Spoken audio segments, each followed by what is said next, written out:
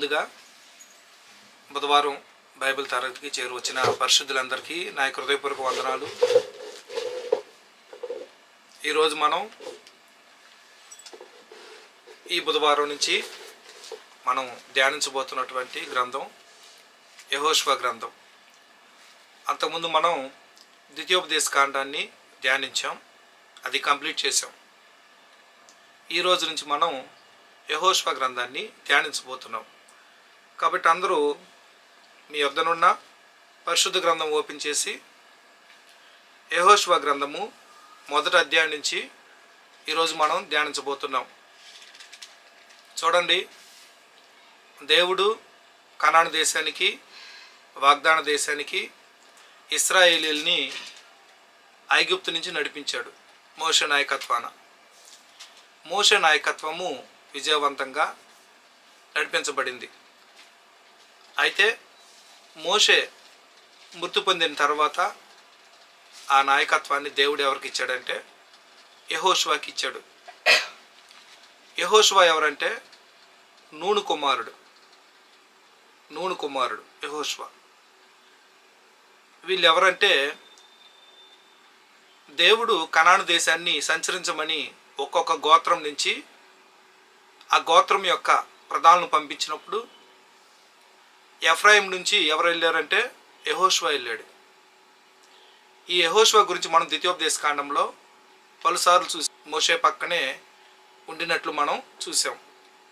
అయితే మోషేకు కూడా దేవుడు చెప్పాడు, నీ తర్వాత ఇశ్రాయేలీయులను నడిపించేది ఎవరు? యెహోషువ అని దేవుడు కూడా తెలియజేయటం అనేది జరిగింది. కాబట్టి ఇప్పుడు ఇశ్రాయేలీయులు ఎక్కడున్నారంటే మోషే చనిపోయిన తర్వాత యోర్దానుకు తూర్పున వీరు తమ గుడారాలు వేసుకొని ఉన్నారు. యోర్దానికి తూర్పు వైపు ఉన్నారు. ఇప్పుడు యెహోషువ నాయకత్వాన కనానులోనికి ప్రవేశించాలి. ఈ యొక్క గ్రంథంలో మనం ఇక్కడి నుంచి చూడబోతున్నాం.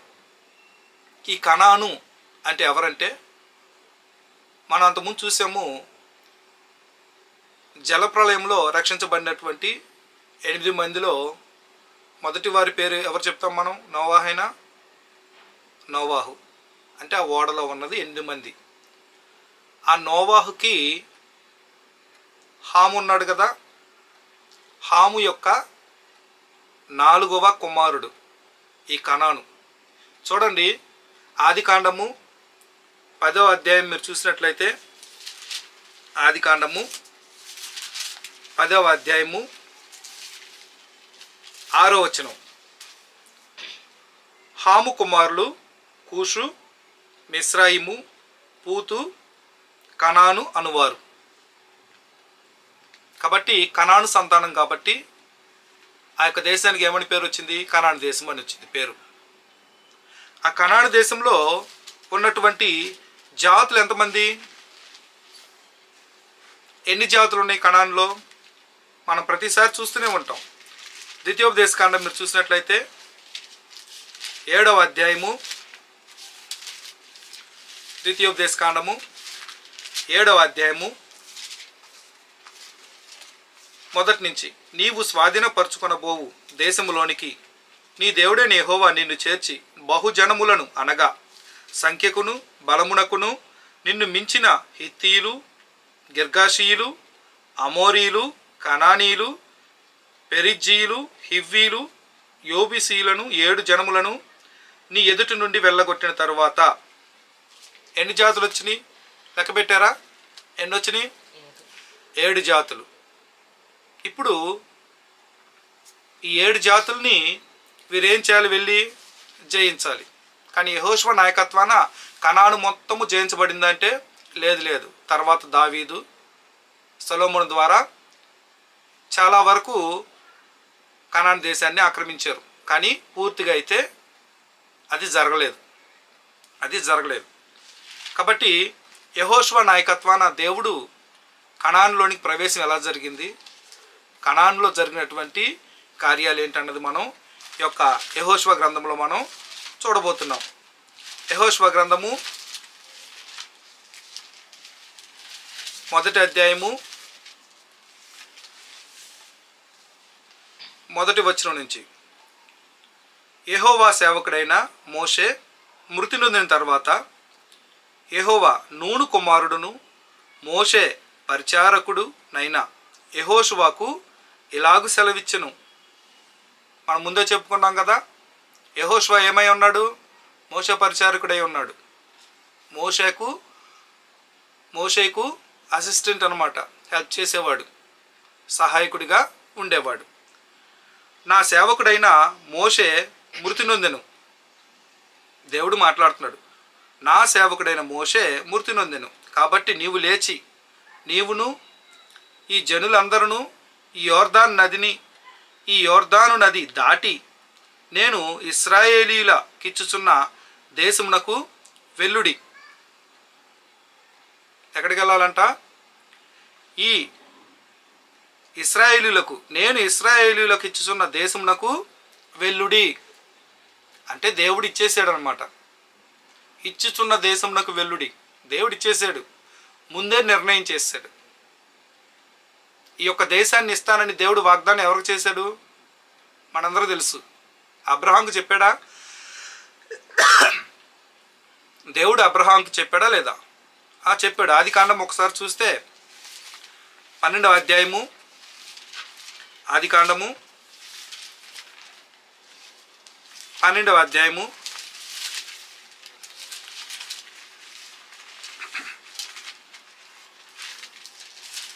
1 నుంచి చూద్దాం. అబ్రహాంతో మాట్లాడుతున్నాడు దేవుడైన యెహోవా, నీవు లేచి నీ దేశము నుండి నీ బంధువుల యొద్ద నుండి నీ తండ్రి ఇంట నుండి బయలుదేరి నేను నీకు చూపించు దేశమునకు వెళ్ళుము. నిన్ను గొప్ప జనముగా చేసి నిన్ను ఆశీర్వదించి నీ నామమును గొప్ప చేయుదును. నీవు ఆశీర్వాదముగా నుందువు. నిన్ను ఆశీర్వదించు వారిని ఆశీర్వదించెదను, నిన్ను దూషించు వారిని శపించెదను. భూమి యొక్క సమస్త వంశములు నీ యందు ఆశీర్వదింపబడునని అబ్రాముతో అనగా, యెహోవా అతనితో చెప్పిన ప్రకారము అబ్రాము వెళ్ళెను. లోతు అతనితో కూడా వెళ్ళెను. అబ్రాము హారాను నుండి బయలుదేరినప్పుడు 75 ఏండ్లు ఈడు గలవాడు. అబ్రాము తన భార్య అయిన శారైని తన సహోదరుని కుమారుడైన లోతును హారానులో తానును వారును ఆర్జించిన యావదాస్తిని వారు సంపాదించిన సమస్తమైన వారిని తీసుకొని కనాను దేశమునకు వెళ్ళుటకు బయలుదేరి కనాను దేశమునకు వచ్చిరి. ఎక్కడికి వచ్చారు? కనాను దేశానికి వచ్చారు. అప్పుడు అబ్రాము షెకెమునందలి ఒక స్థలము దాకా ఆ దేశ సంచారం చేసి మోరే దగ్గరనున్న సింధూర వృక్షం వద్దకు చేరెను. అప్పుడు కనానీయులు ఆ దేశంలో నివసించిరి. యెహోవా అబ్రామునకు ప్రత్యక్షమయ్యి అక్కడే వారు ఎక్కడికైతే చేరుకున్నారో అక్కడ కనాను దేశంలో నివసించినప్పుడు అక్కడ అబ్రామునకు యెహోవా ప్రత్యక్షమయ్యి నీ సంతానమునకును ఈ దేశం ఇచ్చేదరని చెప్పగా అతడు తనకు ప్రత్యక్షమైన యెహోవాకు ఒక బలిపీఠమును కట్టెను. నీ సంతానమునకు ఈ దేశం ఇచ్చేదనని చెప్పగా అబ్రహామునకు దేవుడు వాగ్దానం చేసేసాడు. నువ్వు నివసిస్తున్నావు కదా ఈ కనాను దేశము, ఈ దేశము నువ్వు పరదేశిగా మీ సంతానం ఉండదు, మీ సంతానానికి ఈ కనాన్ని ఇస్తానని చెప్పి దేవుడు వాగ్దానం చేశాడనమాట. కాబట్టి ఇక్కడ యెహోషువతో కూడా అదే మాట్లాడుతున్నాడు. ఏమని? నేను మోషేతో చెప్పినట్లు మీరు అడుగుపెట్టు ప్రతి స్థలమును మీకు ఇచ్చుచున్నాను. మోషేతో చెప్పినట్లు దేవుడు మోషేతో కూడా చెప్పాడు. ఖచ్చితంగా తమ పితరులకు చేసినటువంటి వాగ్దానాన్ని దేవుడు మర్చిపోడు. ఇస్తానంటే ఇస్తాడంతే. దేవుడు అబద్ధం ఆడతాడా? కాదు. దేవుడు సత్యవంతుడు. కాబట్టి ఖచ్చితంగా ఈ స్థలమును మీకు ఇచ్చుతున్నాను మోషేకు కూడా చెప్పాడంట. అరణ్యమును ఈ లెబానోను మొదలుకొని మహానది అయిన యూఫ్రటీస్ నది యోర్దానికి తూర్పు వైపున ఉంటుంది. తూర్పున అనమాట హద్దు యూఫ్రటీస్ నది వరకును, హిత్తీయుల దేశమంతయు పడమట మహాసముద్రము వరకును, అంటే మధ్యధర సముద్రం అన్నమాట, పశ్చిమాన మధ్యధరా సముద్రం వరకును మీకు సరిహద్దు. నీవు బ్రతుకు దినములన్నిటను ఏ మనుష్యుడును నీ ఎదుట నిలువలేకయుండును. బ్రతుకు దినములన్నిటను ఏమని? ఏ మనుషుడు నీ ఎదుట నిలువలేకయుండును. ఎందుకని చెప్పాడంటే ఇశ్రాయేలీలు అమాలేకీలు వెంటబడితే పారిపోయి వచ్చారా లేదా? వెనక పారిపోయి వచ్చారా? దేవుడు తోడు లేకుండా వీరేమీ కూడా జయించలేరు. యుద్ధం చేస్తుంది యెహోవా. కాబట్టి వీరు ఒకసారి శత్రువులు వెంటబడితే కత్తివాత పడటం అనేది మనం చూసాం ద్వితీయోపదేశకాండంలో. వారు వెనకబడి వెంటబడి చంపారు. యెహోషువకు చెప్తున్నాడు, నీకు మాత్రం ఏం జరిగిద్ది?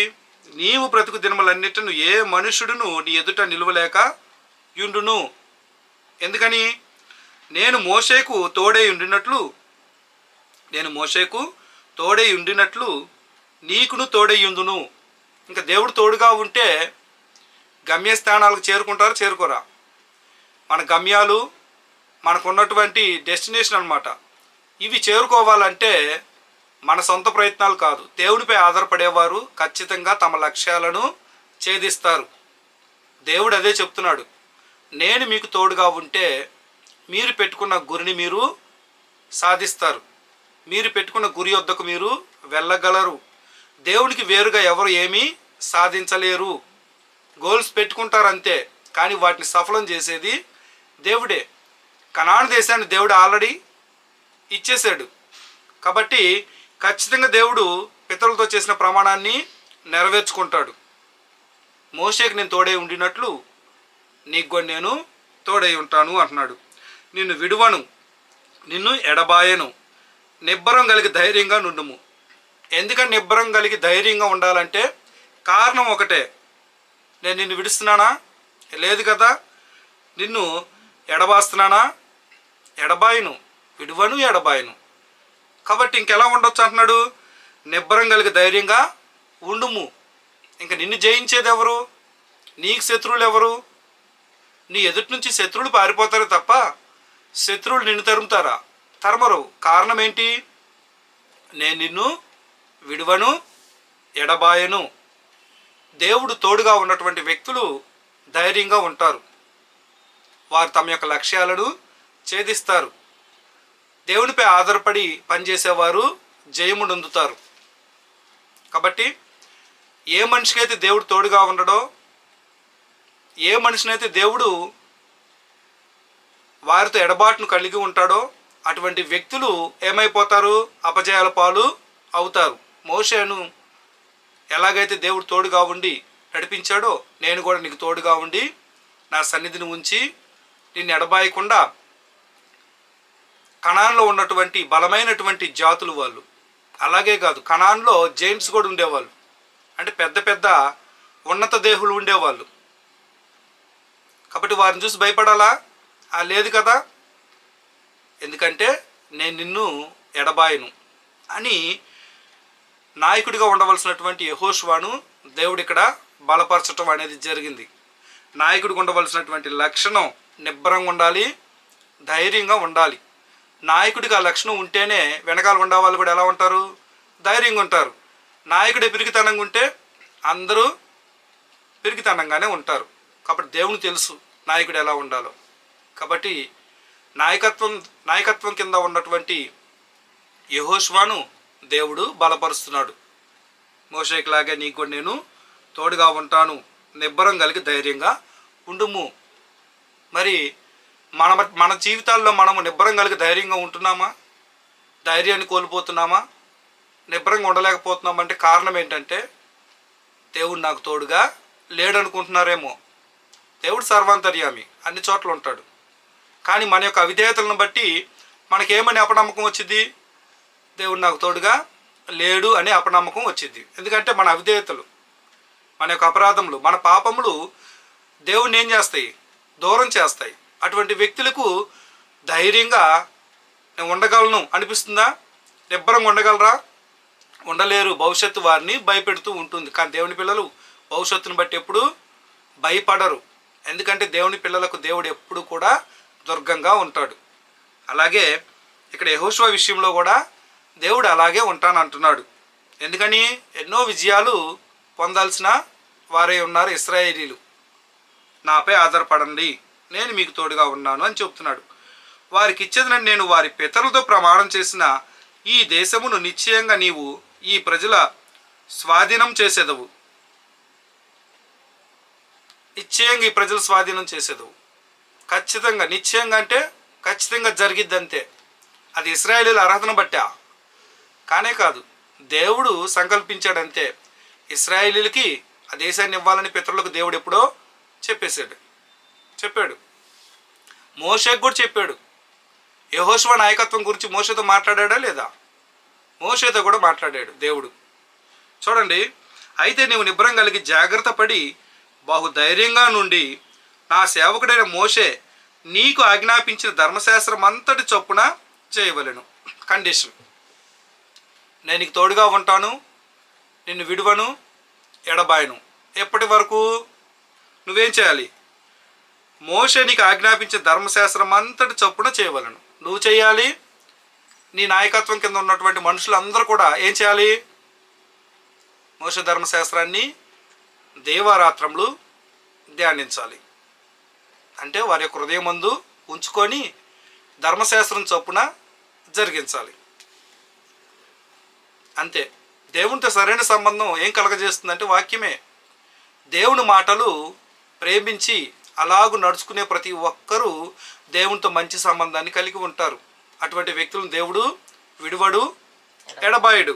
కాబట్టి అన్ని చెప్పి దేవుడు లాస్ట్లో చెప్తున్న మాట, నా సేవకుడైన మోషే నీకు ఆజ్ఞాపించిన ధర్మశాస్త్రం అంతటి చొప్పున చేయవలెను. అది మర్చిపోవద్దు. సరే, నీవు నడుచు ప్రతి మార్గమున చక్కగా ప్రవర్తించున్నట్లు నీవు దాని నుండి కుడికి కానీ ఎడమకు కానీ తొలగకూడదు. చక్కగా నడవటం అంటే ఏంటో, ధర్మశాస్త్రాన్ని ధ్యానిస్తూ అలాగూ నడుచుకుంటేనేమో సక్రమంగా నడుచుకున్నట్లు. మరి కుడికి కానీ ఎడమకు కానీ తిరగటం అంటే సొంత అభిప్రాయాలతో, సొంత ఆలోచనలతో, దేవునిపై ఆధారపడకుండా సొంత నిర్ణయాలు తీసుకుంటే ఎటు తిరిగినట్లు? కుడికి కానీ ఎడమకు కానీ తిరిగినట్లు. అది అక్రమంగా అది అక్రమం అయిపోయింది. అందుకే అంటున్నాడు, చక్కగా ప్రవర్తించడం అంటేనేమో ధర్మశాస్త్రం ప్రకారం నడుచుకుంటాం. మరి సక్రమంగా నడుచుకోకపోవటం, చక్కగా నడుచుకోకపోవటం అంటే ఏంటి? కుడి ఎడమలకు తిరగటం, సౌలులాగా సొంత నిర్ణయాలు తీసుకుంటాం. అలా జరిగితే మాత్రం దేవుడి వీరికి తోడుగా ఉండడు. అందుకే వీరి యొక్క అవిధేయతలను బట్టి అన్ని రాజ్యాలను జయించారా? కాదు. వారి అవిధేయతలే కొన్ని అపజయాలకు కారణమయ్యింది. అపజయాలకు మూలము మన అవిధేయతలే. అందుకే దేవుడికి తోడుగా ఉంటానని చెబుతానే గట్టిగా ఏం చెప్తున్నాడు? ధర్మశాస్త్రాన్ని మోషే ఆజ్ఞాపించినట్లు మీరందరూ చేయాల్సిందే. ధర్మశాస్త్రాన్ని కానీ మీరు నిర్లక్ష్యం చేస్తే నేను మీకు తోడుగా ఉండను. మీ శత్రువులు మీపై తిరగబడతారు, మీరు శత్రువుల చేతికి అప్పగించబడతారు. అంతే. అంతకుముందు మనం చెప్పుకున్నాం ద్వితీయోపదేశ కాండంలో, అన్ని దేశాల్లోకి మీరు చెదరగొట్టబడతారు.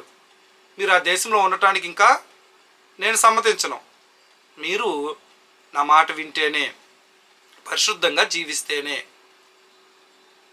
దేవునికి చెందాల్సిన ఘనత చెందితేనే, బొమ్మలకో విగ్రహాలకో చెట్లకో పుట్టలకో దేవునికి చెందాల్సిన ఘనత వాటికి చెందితే, అలా ప్రవర్తిస్తే మిమ్మల్ని ఆ దేశంలో ఉంచను కదా. కాబట్టి చూడండి, నీవు నడుచు ప్రతి మార్గమున చక్కగా ప్రవర్తించినట్లు నీవు దాని నుండి కుడికి కానీ ఎడమకు కానీ తొలగకూడదు. ఖచ్చితంగా మనిషి కుడి ఎడమకు తిరగాలనే ఆలోచనలు, దురాశలు వస్తాయి కాబట్టి దేవుడు హెచ్చరిస్తున్నాడు. అలా చేయొద్దు. ఈ ధర్మశాస్త్ర గ్రంథమును నీవు బోధింపక తప్పిపోకూడదు. ఖచ్చితంగా నువ్వు ఫాలో అవ్వాలి, అందరికీ బోధించాలి. యెహోషువ ఒక్కడే ప్రవర్తిస్తే సరిపోతుందా? కాదు. ఏం చేయాలి? ఈ ధర్మశాస్త్ర గ్రంథమును నీవు బోధింపక తప్పిపోకూడదు. బోధించి అందరికీ చెప్పు, ఎలా ప్రవర్తించాలో చెప్పు. కుడి ఎడమలకు తిరగటం అంటే ఏంటి, చక్కగా ప్రవర్తించడం అంటే ఏంటో నువ్వు నీ ప్రజలకు ఏం చేయాలి, చెప్పాలి, బోధించాలి. బాధ్యతలు అప్పగిస్తున్నాడు ఎవరికి, యెహోషువకి. దానిలో వ్రాయబడిన వాటన్నిటి ప్రకారం చేయుటకు నీవు జాగ్రత్త పడినట్లు దేవారాత్రము దాన్ని ధ్యానించిన ఎడల నీ మార్గమును వర్ధిల్లా చేసుకొని చక్కగా ప్రవర్తించేదవు. నువ్వు వెళ్ళు మార్గం ఏమవుతుంది, వర్ధిల్లా చేయబడుతుంది. అప్పుడు నువ్వు నడిచే మార్గాన్ని ఏమంటారు, చక్కగా ప్రవర్తించటం అంటారు. ఎప్పుడు అది సాధ్యం అంటున్నాడు, జాగ్రత్త పడాలి. ఎలాగా, దీవారాత్రం దాన్ని ధ్యానించిన ఎడల. దీవారాత్రం అంటే అస్సలు మర్చిపోకూడదు, నాకు తెలియదు అనకూడదు. ఎలా నేర్చుకోవాలి, మర్చిపోయే విధంగా నేర్చుకోవాలా, దేవుని ధర్మశాస్త్రం నాకు తెలియదే, నేను పొరపాటును చేసేనే కాదు. ధర్మశాస్త్రం దేవారాత్రం ధ్యానించాలి, క్షుణ్ణంగా నేర్చుకోవాలి. అలా ప్రవర్తిస్తే నువ్వు చక్కగా ప్రవర్తించినట్లు దేవుడు నిన్నేం చేస్తాడు, వర్ధిల్ల చేస్తాడు. ఈ రోజుల్లో మనం కూడా నేర్చుకుంటున్నామని చెప్పి సమయం కేటాయిస్తాం, కానీ చదివింది గుర్తుంటుందా, బోధించింది గుర్తుంటుందా, గుర్తుండటం లేదంటే మాత్రం వారు వర్ధిల్లరు, ఆత్మీయంగా వర్ధిల్లరు. మర్చిపోయే కాడికి ఇంకా వింటమెందుకు, సమయం వృధానా కదా, ఆ వృధానే. మీరు వర్ధిల్లు లాగున విన్నది గుర్తుపెట్టుకొని హృదయంలో ముద్రించబడి చక్కగా ప్రవర్తించాలి. అలా ప్రవర్తిస్తే వారు దేవునికి ఎంతో ఇష్టలు. దేవునికి ఇష్టలు ఖచ్చితంగా ఏమవుతారు, వర్ధిల్లుతారు. యెహోషువకి అదే చెప్తున్నాడు, నీవు వెళ్ళు మార్గంలో వర్ధిల్లు లాగున, నువ్వు చక్కగా నడుచులాగున ఏ జాగ్రత్త తీసుకోమంటున్నాడు. దేవారాత్రము మోషే రాసినటువంటి ధర్మశాస్త్ర గ్రంథాన్ని ధ్యానించు, నిబ్బరంగుండు. నాకు లోబడుట ద్వారా నువ్వు ఎలా ఉండగలవు, నిబ్బరంగా ఉంటావు, నేను నీకు తోడుగా ఉంటాను, ధైర్యంగా ఉంటావు, నాయకుడిగా నువ్వు అన్నీ జయిస్తావు, నువ్వు వెళ్ళు ప్రతి చోట నీకు విజయమే. ఏం కోరుకుంటున్నాడు దేవుడు, యెహోషువ నుంచి ఏమైనా ఆశిస్తున్నాడా, లోపడమని చెప్తున్నాడు. ధర్మశాస్త్రం ప్రకారం ప్రవర్తించమని చెప్తున్నాడు. మనుషులు చేయగలిగిందే చెప్తున్నాడా, చేయలేందా, మనుషులు చేయగలిగిందే అడుగుతున్నాడు దేవుడు. మనమైనా అంతే, లోబడటం మొదలు పెట్టండి. మీ యొక్క జీవితాల్లో దేవుని యొక్క ఉనికిని గమనించండి, దేవుడు చేసే మేలులను గుర్తించండి, మేలులకు స్పందించండి, కృతజ్ఞతాపూర్వకంగా జీవించండి. చూడండి తర్వాత, నేను నీకు ఆజ్ఞ ఇచ్చి ఉన్నాను కదా, నిబ్బరం కలిగి ధైర్యంగా నుండుము. మళ్ళీ చెప్తున్నాడు, నిబ్బరం కలిగి ధైర్యంగా ఉండుము. యెహోవా యందలి భయభక్తులు ఏం చేస్తాయి, బహుధైర్యాన్ని కలగజేస్తాయి. మరి ఆ భయభక్తులు అంటే ఏంటి, భయభక్తులు ఉన్నవారు చేసే పని ఏంటి, ధర్మశాస్త్రం ప్రకారం నడుచుకుంటారా, నడుచుకోరా. చాలా మంది మాకు దేవుడు అంటే భయం భయం అంటారే కానీ లోబడరు. నీ యొక్క భయము దేనికి మూలమై ఉండాలి, లోబడటానికి మూలమై ఉండాలి. ఉట్టి భయం ఏమవుతుంది. కాబట్టి యెహోవా యందలి భయభక్తులు మీకు ధైర్యాన్ని కలగజేయాలి. భయభక్తులు ఉన్న వ్యక్తులు ధర్మశాస్త్రానికి లోబడతారు. కాబట్టి నిబ్బరం కలిగి ధైర్యంగా నుండుము, దిగులు పడకము. ఎందుకు దిగులు, దేవుడు తోడుగా ఉన్నప్పుడు కూడా దిగులు ఉంటుందా, లేదు, ఉండకూడదు. అది దేవుడు ఒక మనిషికి తోడుగా ఉంటానని చెప్పిన తర్వాత కూడా దిగులుగా ఉన్నారంటే వారు విశ్వాసులేనా, కానే కాదు. మరి మనకి దేవుడు తోడుందా లేదా, క్రీస్తునందున్న మనకు దేవుని తోడుందా లేదా, ఉంది కదా. మన ప్రధాన యాజకుడు మన పక్షంగా తండ్రి అయిన దేవునికి విన్నవిస్తున్నాడు, విన్నవించట్లేదా. మరి ఇంకా దిగులు ఉండొచ్చా మనకి, ఉండకూడదు. భవిష్యత్తు గురించి ఎప్పుడు కూడా దిగులు పడొద్దు, భయపడొద్దు. మనం కూడా నిబ్బరంగా ఉండాలి. మరి కనాన్లో ప్రవేశించడానికి దేవుడు దిగులు పడొద్దు అన్నాడు, ధైర్యంగా ఉండమన్నాడు, నిబ్బరం కలిగి ఉండమన్నాడు. భౌతికమైన దేశంలో ప్రవేశించడానికి మరి మనము అంతకంటే శ్రేష్టమైనటువంటి పరలోకంలోనికి ప్రవేశించాలంటే మనకు అక్కర్లేదా ధైర్యము, నిబ్బరము అక్కర్లేదా, మనకి కావాలి. ఎప్పుడు వస్తాయి అన్నాడు అవి, దేవుడు తోడుంటేనే మనకి. దేవుని సహవాసము, తండ్రి అయిన దేవుని, కుమారుని, పరిశుద్ధాత్మ సహవాసం ఉంటేనే, మన మార్గాలు చక్కగా ఉంటేనే ఆ సహవాసం ఉంటుంది. మార్గాలు తొలగి కుడికి ఎడమకు తిరిగి మన ఇష్టానుసారంగా దేవుని సన్నిధిని నిర్లక్ష్యం చేస్తే మనము కనాను కంటే శ్రేష్టమైనటువంటి స్థలానికి వెళ్ళాలి. అది మర్చిపోవద్దు. ఎక్కడికి వెళ్ళాలి? అసలైన విశ్రాంతి అంటే కనానులోకి వెళ్ళటమా? కాదు కాదు. ఏంటి అసలైన విశ్రాంతి? మనం పరలోకంలో ప్రవేశించాలి. మరి అక్కడికి ప్రవేశించాలంటే మనకేముండాలి? నిబ్బరంగా ఉండాలి, ధైర్యంగా ఉండాలి. ధర్మశాస్త్రాన్ని మనం దేవారాత్రములు ధ్యానిస్తూ అలాగూ నడుచుకునేవారు ప్రతి ఒక్కరూ చక్కగా ప్రవర్తిస్తున్నట్లు. అటువంటి వ్యక్తులకు దేవుని సన్నిధి ఉంటుంది, దేవుని తోడు ఉంటుంది. కాబట్టి దేవుని సహాయంతో మనం ఏం జయించవచ్చు? ఈ శరీరాన్ని జయించవచ్చు, ఈ లోకాన్ని జయించవచ్చు, పరలోక ప్రవేశాన్ని మనం పొందవచ్చు. కాబట్టి యెహోషువని హెచ్చరిస్తున్నప్పుడు మనం ఎలా కంపేర్ చేసుకోవాలి? యెహోషువకు ఇక్కడ గురి ఉందా లేదా? కనాన్లోకి వెళ్ళాలి, జయించాలి. మరి మనకు గురి లేదా? క్రైస్తవులమైన మనకు గురి లేదా? ఉందా లేదా? మరి ఆ గురిని చేరుకోవాలంటే, ఆ లక్ష్యాన్ని చేరుకోవాలంటే ఖచ్చితంగా మనకు ఎవరు సహాయం కావాలి? దేవుని సహాయం కావాలి. క్రీస్తునందున్న మనకి ధర్మశాస్త్రం ఉందా లేదా? ఉంది. క్రీస్తు ధర్మశాస్త్రం ఉంది మనకి. ఆ యొక్క కొత్త నిబంధనలు కొనసాగుతూ ఎప్పటికప్పుడు వాక్యాన్ని పరిశీలించుకొనొచ్చు. కుడి ఎడమకు తిరగకుండా సత్యవాక్యంలో నిలిచి ఉండి క్రీస్తు కృపలో వర్ధిల్లుతూ ముందుకు సాగాలి. వారు మాత్రమే పరలోకంలో ప్రవేశాన్ని పొందుతారు, నిజమైన విశ్రాంతిని పొందుకుంటారు. కాబట్టి యెహోషువ నాయకత్వాన చూడండి, నీవు నడుచు మార్గం అంతట్లో నీ దేవుడైన యెహోవా నీకు తోడై ఉండును. దిగులు పడొద్దు, జడియ పడొద్దు. నీవు నడుచు మార్గం అంతటిలో నీ దేవుడైన యెహోవా నీకు తోడై ఉండును. మనం ఏమి సాధించాలన్నా సరే, శ్రేష్టమైనవి ఏమైనా సరే మనం పొందుకోవాలంటే ఖచ్చితంగా శ్రేష్టమైన ప్రతి ఈవి పరలోక సంబంధమైనది దేవుడే ఇవ్వాలి. కాబట్టి మనకు ఉండాల్సిన లక్షణాలు ఏంటి? జడియకూడదు, భయపడకూడదు, నిబ్బరంగా ఉండాలి, అలాగే ఎలాగ ఉండాలి? ధైర్యంగా ఉండాలి. ఇవి క్రీస్తునందున్న మనకు కూడా ఉండవలసినటువంటి లక్షణాలు. అవి ఏమని తెలియజేస్తాయి? దేవుడు నాకు తోడున్నాడు అంటానికి గుర్తు ధైర్యంగా ఉండటం, పిరికితనం లేకుండా ఉండటం. అది ఏం తెలియజేస్తుంది? మీ యొక్క నిబ్బరాన్ని, ధైర్యాన్ని ఇతరులకు ఏం తెలియజేస్తుంది? ఆ రెండు లక్షణాలు. దేవుడు నాకు తోడుగా ఉన్నాడు అనేటువంటి సంకేతాన్ని ఇస్తుందా లేదా? ఇస్తుంది. మనం కూడా అలా జీవించాలి. చూడండి ఒకసారి ఫిలిప్పీయులకు రాసిన పత్రిక 4వ అధ్యాయము 13వ వచనం చూసినట్లయితే,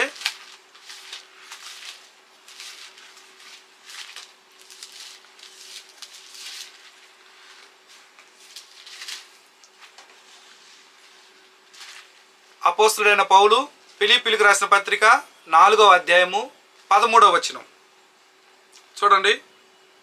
నన్ను బలపరచు వాని అందే నేను సమస్తమును చేయగలను. ఏది చెయ్యాలన్నా నిన్ను ఎవరు బలపరచాలి? దేవుడు బలపరిస్తేనే. నీదంటూ ఏమీ లేదు అక్కడ. నీ గురించి అతిశయపడటానికి ఏమీ లేదు. మీరు ఏది చేయాలన్నా సమస్తము దేవునిపై ఆధారపడి చేయాల్సిందే. దేవుడే సమస్తాన్ని చేసేది.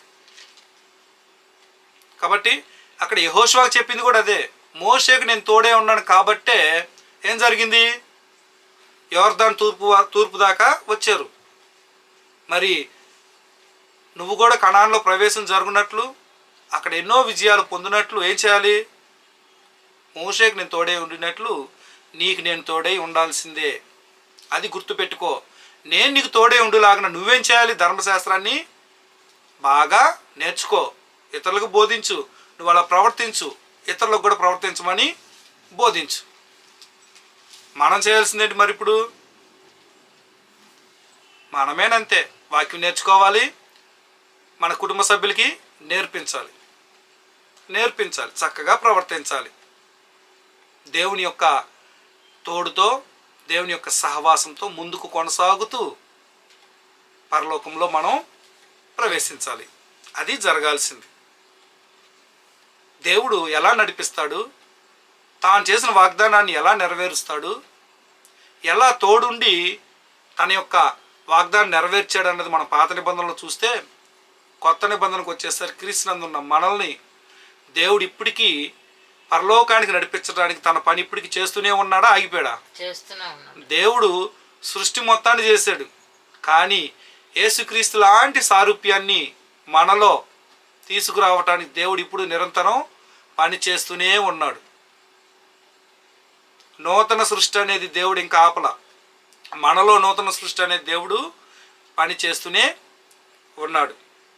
కాబట్టి ఈరోజు మనం యెహోషువ గ్రంథము ఈ యొక్క బైబిల్ తరగతిలో ప్రారంభించాము.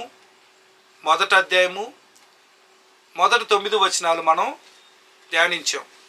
10 నుంచి తర్వాత బుధవారం బైబిల్ తరగతిలో ధ్యానిద్దాం. అప్పటి వరకు సెలవు. అందరికీ వందనాలు. దేవుడు మిమ్మల్ని దీవించును గాక.